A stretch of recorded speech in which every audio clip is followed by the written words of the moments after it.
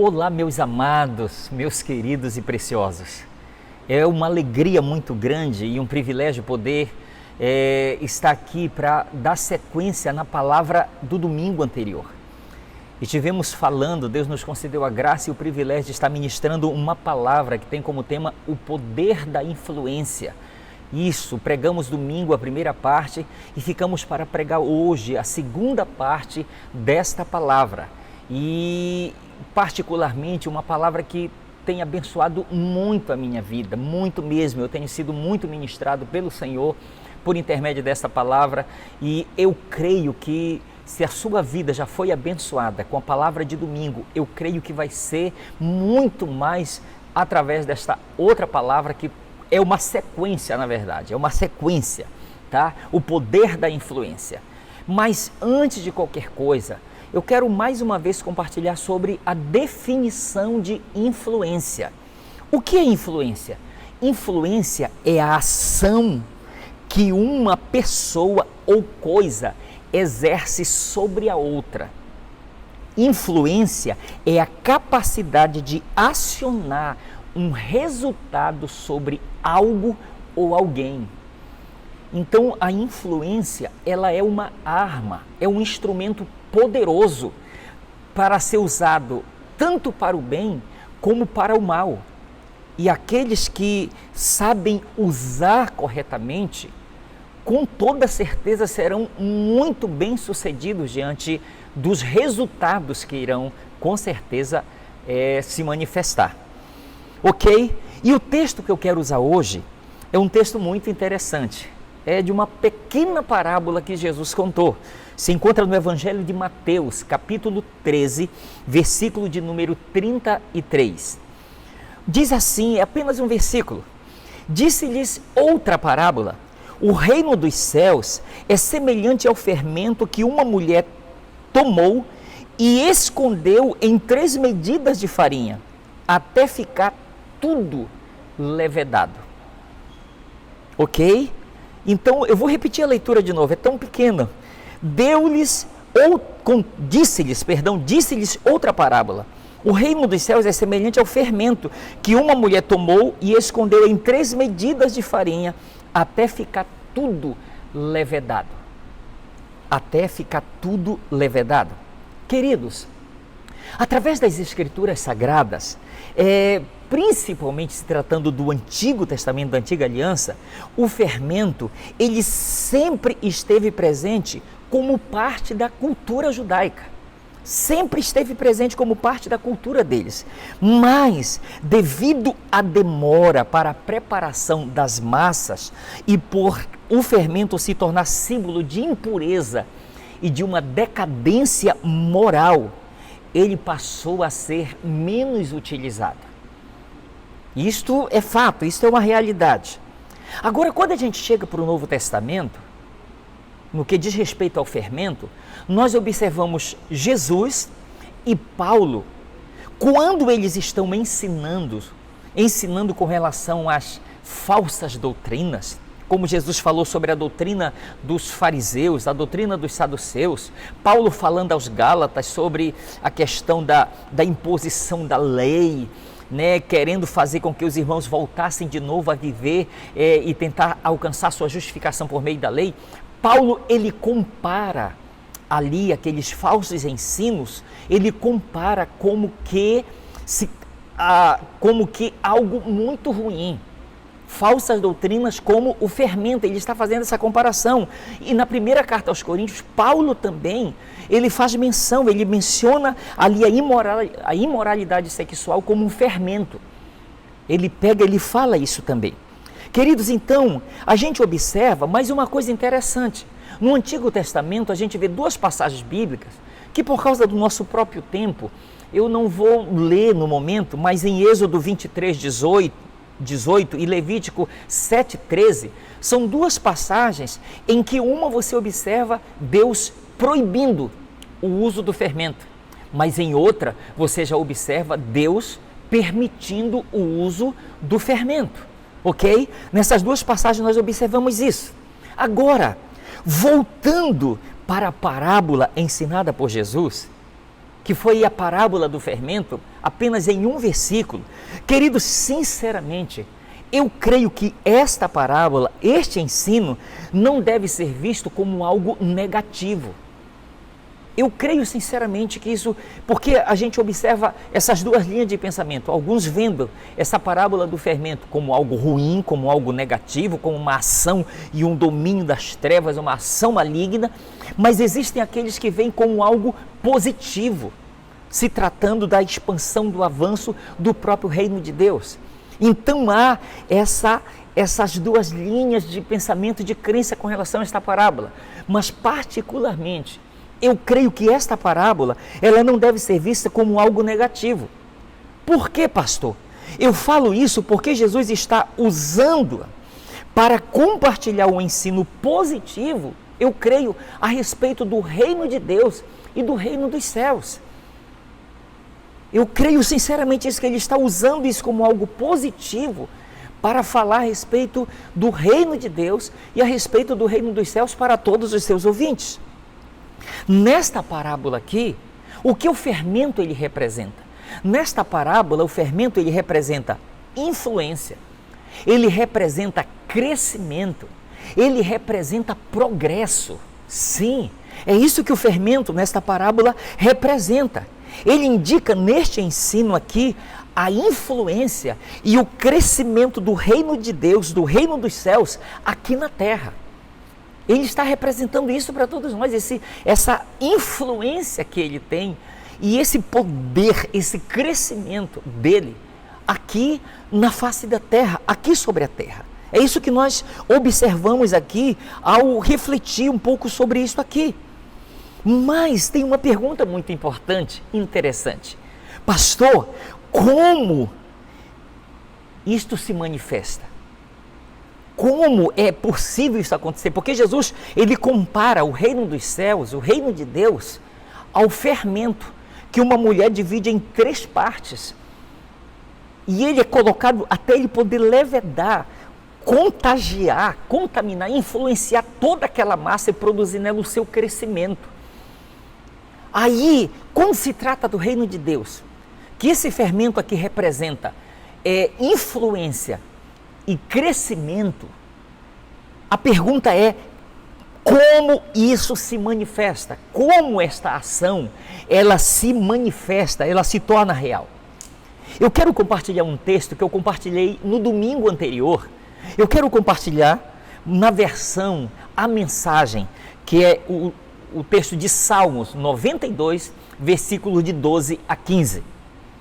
Os bons prosperarão como a palmeira, crescerão como os cedros do Líbano, transplantados para o quintal do Eterno, crescerão na presença de Deus, flexíveis e verdejantes, viris ainda na velhice.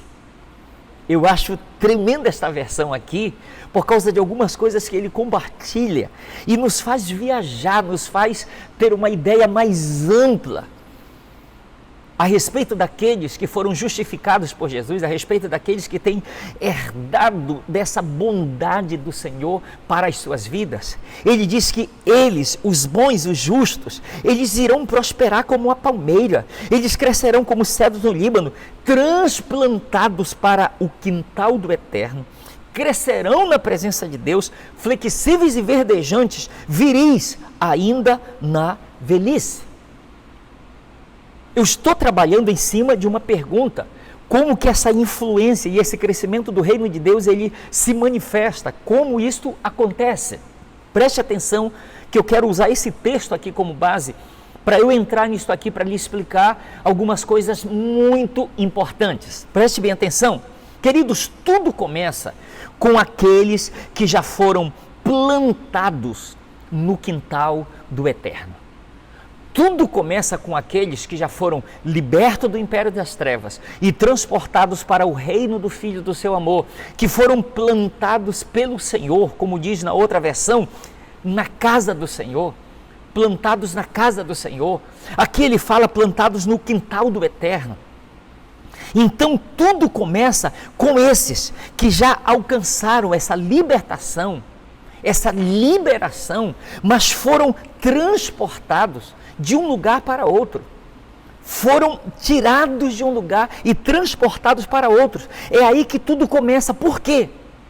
Porque aqueles que já experimentaram isso, esses mesmos, queridos, já estão recebendo todos os nutrientes necessários, indispensáveis para que sejam saudáveis e férteis. Você entende? Então preste atenção que eu vou me direcionar a você. Você que já foi liberto do império das trevas e já foi transportado para o reino do Filho do seu amor.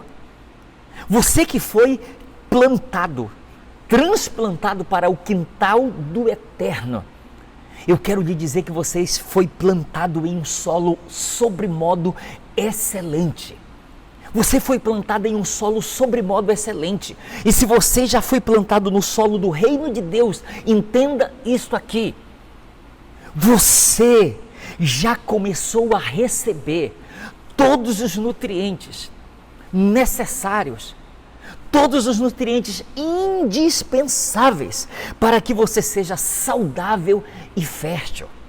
Então é aí que tudo começa. É aí que tudo começa. E é a partir deste ponto, onde tudo começa, é que o Senhor, Ele estabelece um princípio poderoso. É aí onde tudo começa, é que o Senhor estabelece um princípio poderoso. Qual, pastor? É de sermos influenciados pelo seu reino, para que sejamos influenciadores neste mundo. Você entende porque tudo começa aí? Tudo começa com algo que Deus planejou, algo que Deus projetou para a minha e para a sua vida, para aqueles que foram plantados, transplantados para o quintal do eterno. Ali tudo começa, o propósito divino de sermos influenciados pelo seu reino, para que sejamos influenciadores neste mundo. Você que entendeu, você pode dizer um amém por isso? Entende? Eu sou influenciado pelo reino de Deus para que eu me torne um influenciador neste mundo. Deus estabelece um propósito. Mas aí vem outra pergunta: pastor, como isso acontece? Como? Tá, de um lado eu sei, eu fui plantado no quintal do eterno, na casa do Senhor, estou recebendo seiva, estou recebendo os nutrientes, tudo aquilo que é necessário para que eu seja saudável e fértil. Mas pastor, como se dá essa questão dessa influência? Como isso se manifesta, tá? Eu estou sendo influenciado. Como eu me torno um influenciador a partir de então? Para você entender melhor, eu quero compartilhar uma parte de uma segunda parábola. Ela se encontra no capítulo 13 de Mateus, do versículo 36 até a parte B do versículo de número 38. Ok? Jesus está dando uma explicação a respeito da parábola do joio. Já é a explicação da parábola aqui, e essa explicação eu acho tremenda, essa explicação que Jesus dá aqui. Ele começa dizendo assim na explicação, começa assim essa parte: então, despedidas as multidões, foi Jesus para casa, e, chegando-se a ele os seus discípulos, disseram: explica-nos a parábola do joio do campo. E ele respondeu. Aí vem a explicação na resposta de Jesus. Preste atenção na explicação. O que semeia boa semente é o Filho do Homem. O campo é o mundo. A boa semente são os filhos do reino. Você entendeu bem? Eu vou repetir, preste atenção, isso é tremendo. Se você entendeu aí, você vai dar um aleluia, dar um glória a Deus, um amém aí onde você está. Porque é tremendo isso aqui. Você entendeu aonde eu falei que tudo começa? Mas a partir de então, como eu passo a me tornar um influenciador neste mundo? Jesus, ele explica a parábola dizendo assim, a parábola do joio do campo. Ele disse: o que semeia a boa semente é o Filho do Homem. O campo é o mundo. A boa semente são os filhos do reino. Então, Jesus, ele fala de três coisas aqui fundamentais, essenciais. A primeira, ele diz que ele, Jesus, o próprio Jesus, o Filho do Homem, é o semeador. Segunda coisa, ele diz que o campo, que é o alvo da semente, ele diz, é o mundo. E os filhos do reino são as sementes nas mãos do semeador Jesus. É isto aqui que ele ensina de uma forma tão maravilhosa. Mas eu preciso compartilhar um outro versículo aqui para ampliar o nosso entendimento a respeito deste ensino aqui de Jesus. E eu quero que você preste bem atenção, porque tem algo aqui que, se a gente não prestar atenção, nós vamos confundir, não vamos entender o que Jesus procurou expressar aqui através deste ensino. João capítulo 10, versículo 9. São palavras de Jesus: eu sou a porta. Se alguém entrar por mim, será salvo. Entrará e sairá e achará pastagem. Eu sou a porta. Se alguém entrar por mim, será salvo. Entrará e sairá e achará pastagem. Aqui é que eu digo que pode ter uma confusão em relação ao que Jesus falou. Eu sou a porta, quem entrar por mim será salvo. Entrará e sairá. Ué, pastor, não é para ficar? Por que sai? E vai encontrar pastagem lá fora. É importante a gente entender isso aqui. E eu quero compartilhar algo aqui que eu estava pesquisando e que eu achei muito interessante a respeito disso aqui. Preste atenção. Esta declaração de Jesus aqui, preste atenção, é uma alusão que ele está fazendo à ovelha que entra e sai do aprisco. Ok? A ovelha que entra e sai do aprisco. E no sentido literal, o que vai acontecer? A ovelha entra, porque ali é a casa dela, ali é o lugar dela, mas ela sai para pastar, mas no final do dia ela retorna para sua casa. Ok? Então Jesus está fazendo uma alusão clara à ovelha que entra e sai do aprisco. Não que esses que entram pela porta da igreja para serem alcançados pelo Senhor, para serem salvos, eles vão depois sair da igreja e de entre os santos. Não, ele não está falando disso. Essa expressão nos fala, preste atenção de duas coisas importantes.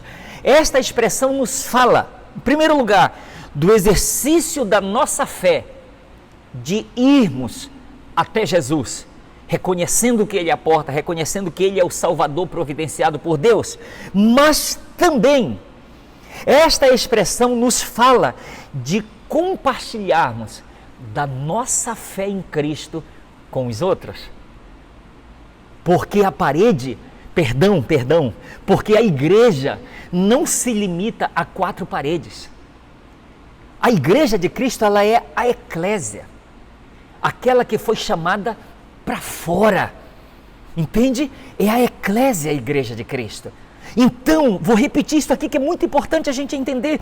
Essa expressão, ela nos fala basicamente de duas coisas muito importantes. Primeiro, o exercício da nossa fé, de irmos até Cristo, reconhecendo que Ele é a porta, reconhecendo que Ele é o Salvador que Deus providenciou.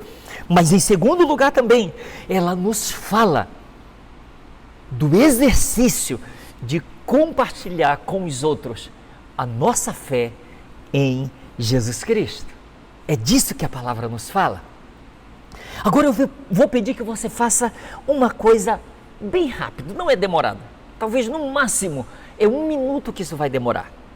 Você pode, por um pequeno momento, fechar os seus olhos, aí onde você está, só por alguns segundos. Feche seus olhos aí. E eu quero que você pense comigo o seguinte: onde o semeador Jesus já lhe plantou ou quer lhe plantar?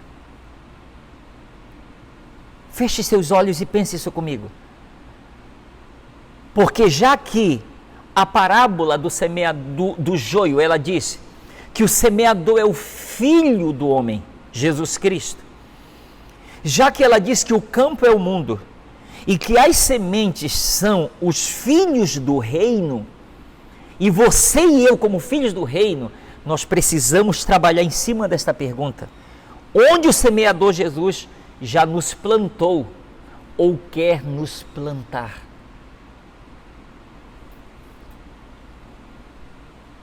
Ok. Agora, volte aqui para mim, por favor. Volte aqui para mim. Reflita nisto aqui comigo. Onde você trabalha, onde você estuda, seja uma escola de um ensino fundamental, de ensino médio, seja uma faculdade, uma universidade, seja o seu bairro, seja, preste atenção, seja o lugares ou pessoas a quem você tem acesso. Tudo isso, ouça-me, todos esses exemplos, eles podem representar o propósito divino para a sua vida, o lugar onde o semeador Jesus escolheu para lhe semear. Isto aqui é muito importante a gente entender. É muito importante nós entendermos isso aqui, porque isso aqui está envolvendo o propósito divino. Agora entenda uma outra coisa importante que eu quero lhe compartilhar. Ouça-me. A semente não escolhe onde quer ser semeada. Este é o papel do semeador. Vou repetir. A semente não escolhe onde quer ser semeada.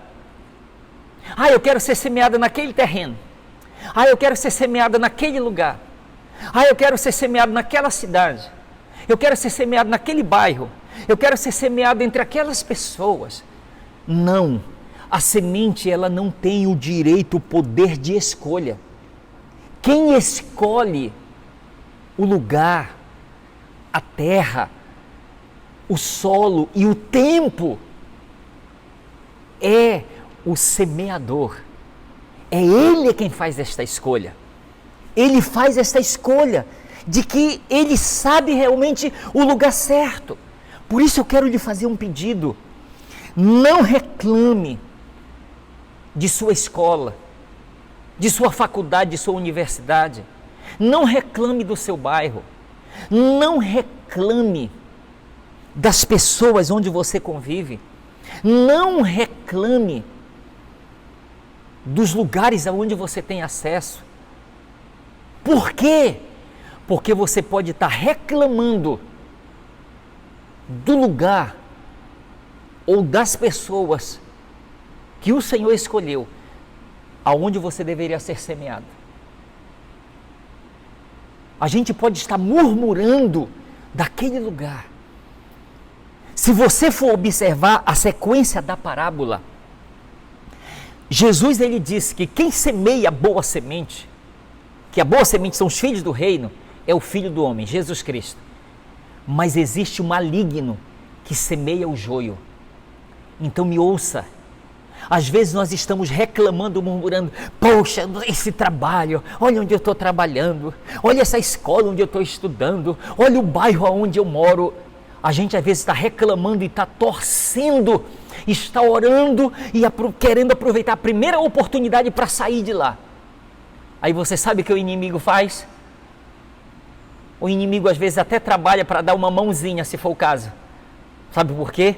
Porque ele quer pegar a semente dele e ele quer semear lá, aonde eu acho que é o lugar errado para eu estar. Ele quer pegar e às vezes fazer isso, colocar semente. Você lembra o que Jesus falou para aquele endemoninhado de Gadara? O homem foi liberto daquela legião de demônios. Ficou são, colocaram roupas nele porque ele andava nu. Quando Jesus está entrando no barco para voltar, aquele homem vai ao encontro dele e diz: Senhor, permita com que eu te siga, deixa eu te seguir. Jesus disse: não, volta para os teus e fala para eles tudo o que Deus fez contigo. Talvez na cabeça daquele homem o melhor lugar seria um outro, mas Jesus está dizendo: eu quero te semear lá entre os teus. É lá que eu quero que você exerça o poder de influência, porque você já está sendo influenciado pela minha vida, pelo meu reino, por aquilo que eu estou te dando. Agora vá lá, porque eu quero te semear lá entre os teus. E diz a Bíblia que Gadara, aquelas 10 cidades, a Decápolis, foi toda alcançada com o testemunho daquele homem, porque ele saiu. Porque ali era o lugar que o Senhor havia escolhido para o semear. Então, preste bem atenção nisso.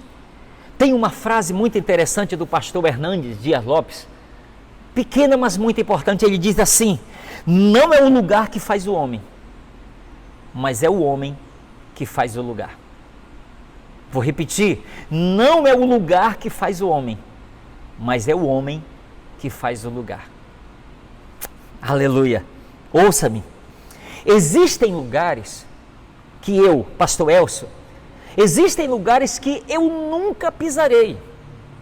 E existem pessoas com quem eu nunca falarei. Por quê, pastor?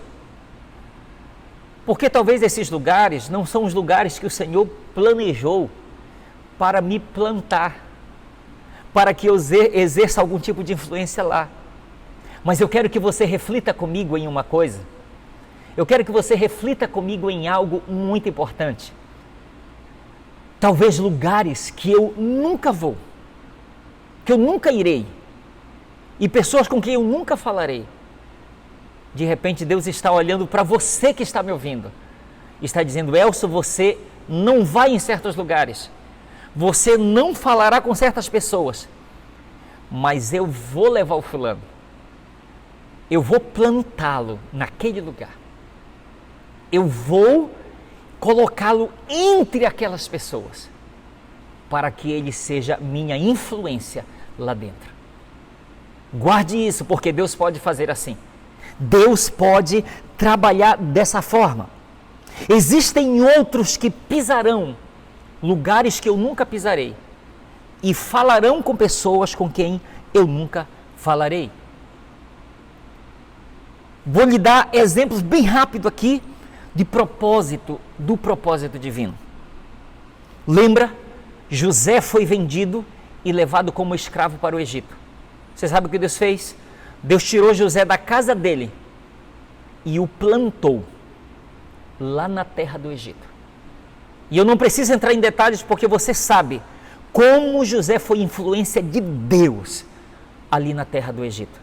E o próprio José, depois que ele se revela aos seus irmãos, ele reconhece que o Senhor foi quem o enviou para lá.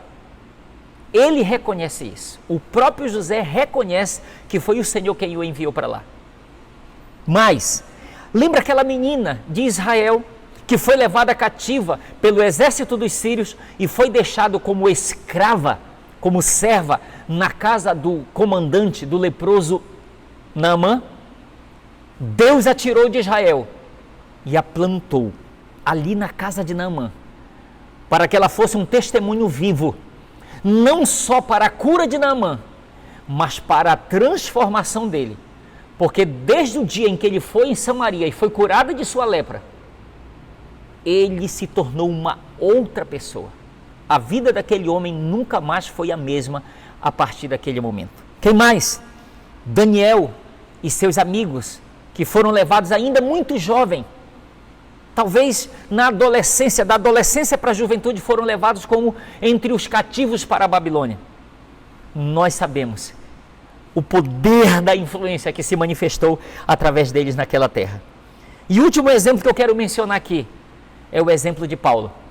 Há 2 textos na Bíblia que nos falam algo que faz a gente viajar e poder entender a questão do propósito divino. Atos capítulo 27, versículos 23 e 24.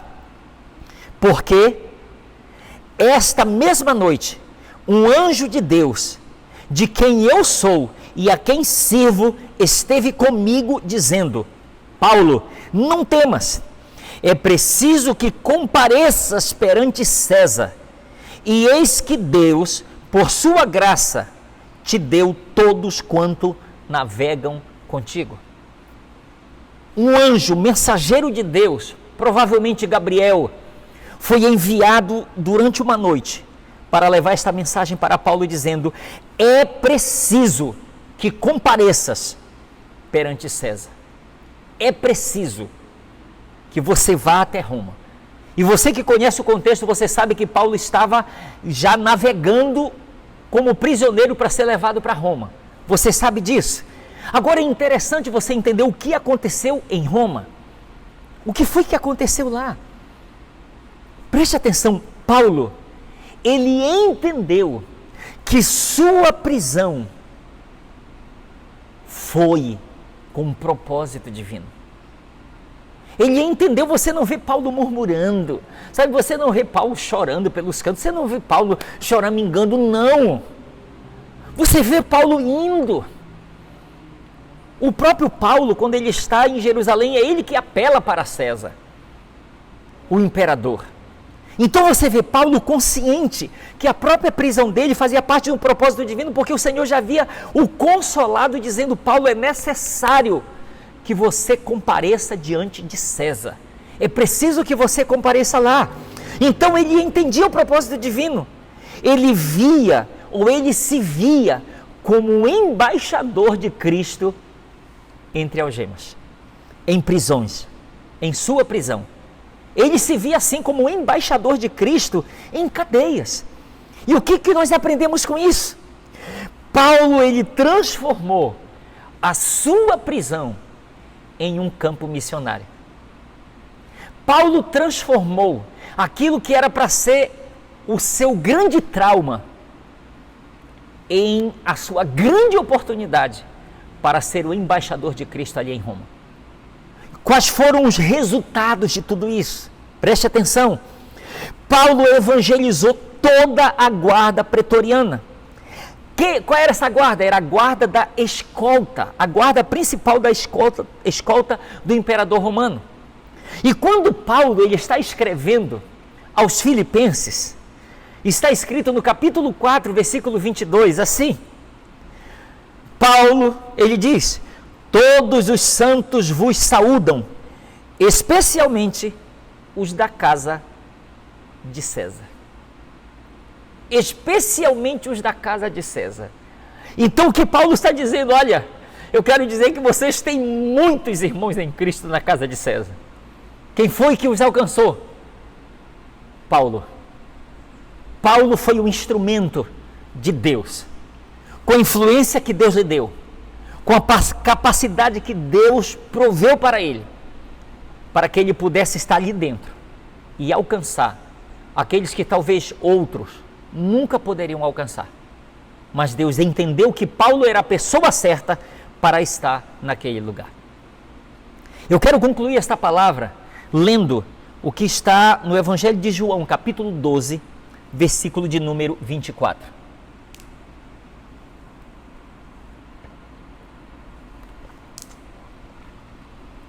Evangelho de João 12, 24. São palavras de Jesus.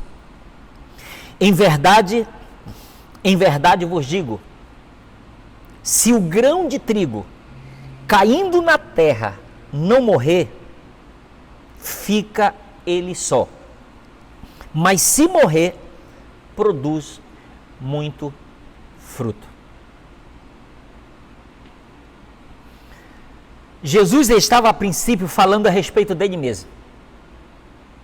Eu sou o grão de trigo que vai cair em terra, na terra, e vai morrer, literalmente. Mas a minha morte vai produzir muito fruto. Agora eu quero que você traga isso para a sua vida, que eu quero trazer isso para a minha vida. O grão de trigo está se referindo a uma semente, precisa cair em terra e morrer para que venha cumprir com o seu propósito. E a pergunta é: eu e você, nós estamos prontos para ser esta semente, esse grão de trigo nas mãos do semeador Jesus Cristo, para que Ele possa nos semear no lugar onde Ele quer, onde Ele escolheu, para que a gente de fato morra por nosso eu, por os nossos desejos, para as nossas paixões, sabe, para as nossas vontades, para o nosso eu, para que a gente venha cumprir com o propósito dele lá e a gente seja influência dele lá naquele lugar onde ele nos plantou como semeador. Jesus, ele disse, explicou, falou muito sobre a necessidade que nós temos de renúncia, de abnegação, de abrir mão muitas vezes dos nossos direitos para que o propósito de Deus se estabeleça em nós. Eu quero deixar esta palavra com você, eu quero que você reflita. Talvez não está se tratando nada da morte física, pastor, eu vou ter que morrer. Não estou falando disso. Mas eu estou me referindo a nós nos colocarmos, Senhor, Jesus, eu quero me colocar nesta hora como a semente, como uma semente nas tuas mãos. E eu quero permitir que o Senhor me semeie, me plante no lugar que o Senhor tem como propósito. Porque eu quero ali, eu quero, sabe, renunciar ao meu ego, meu eu, porque eu quero viver o teu propósito lá. Assim como o teu reino tem exercido uma poderosa influência sobre a minha vida, eu quero ser influência do Senhor lá no lugar onde o Senhor me plantou. Em nome de Jesus. Feche seus olhos, por favor. Feche seus olhos. Ore comigo. Senhor, eu quero nesta hora, no nome de Jesus, eu quero te confiar a minha vida e a vida de cada pessoa que está me assistindo, que está me ouvindo. Ah, Senhor, obrigado por toda a influência que o teu reino tem exercido sobre as nossas vidas, a poderosa influência que ele tem sobre nós. Ah, mas é tempo de nós entendermos que o Senhor quer que sejamos também influência. Nós somos influenciados para influenciar. E nós queremos ser influência do Senhor aonde o Senhor nos plantou. Onde nós estamos plantados. Aonde o Senhor quer nos plantar. Então eu quero tomar iniciativa e me colocar, Senhor, como esta semente nas tuas mãos, ó Jesus. Eu quero me colocar assim, eu quero permitir que o Senhor me plante. E eu quero, Jesus, tomar o Senhor como exemplo. Eu quero escolher morrer ao cair na terra. Morrer para aquilo que for necessário, para que eu venha produzir muitos frutos que glorifiquem o teu nome. Que seja assim com cada um, no nome de Jesus, o Senhor. Em nome de Jesus. Aleluia. Você que está me assistindo e que gostaria de aproveitar esta oportunidade tão especial para confiar a sua vida nas mãos de Jesus, recebê-lo como seu Senhor e Salvador, se reconciliar com Ele, eu quero lhe encorajar, faça esta oração comigo neste momento. Ore assim: Senhor Jesus, eu reconheço que eu preciso de Ti. Por isso, neste momento, eu abro a porta da minha vida e Te recebo como meu Senhor e Salvador.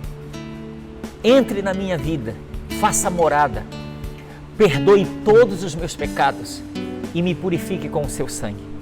Que a partir de hoje, eu comece a viver a vida que o Senhor planejou para mim. Amém e amém. Eu quero lhe parabenizar por esta decisão tão importante que você acabou de fazer. Quero que você saiba que você acabou de fazer a decisão mais importante da sua vida. Nenhuma outra se compara a ela. E eu quero lhe encorajar para que você entre em contato conosco. Nós temos aí, tem o nosso Instagram, tem o nosso e-mail, né? Nós temos o nosso Face. Então, tem várias formas de você entrar em contato conosco. Será um prazer retornar, sabe, esse contato, nos comunicar com você, porque nós queremos que você faça parte desta família, tá bom? Se você quiser oração, quiser um conselho, entre em contato conosco, nós teremos maior prazer em poder lhe ajudar de alguma forma, em nome de Jesus. Muito bem, estamos concluindo este culto e nós só temos é que agradecer a Deus.